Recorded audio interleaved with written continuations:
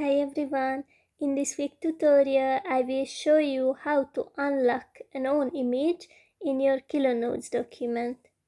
Go to Kilonotes and open the document you would like to work with, and then click on the image edit tool on the top, and now choose the image you would like to work with. As you can see, here's an image and I can easily move it, but the other one is locked, so I cannot move it. But if I put my finger or my pen on it and hold it, then here's an unlock sign, and if I click on it, then I can edit this image. That's basically it. Thanks for your attention.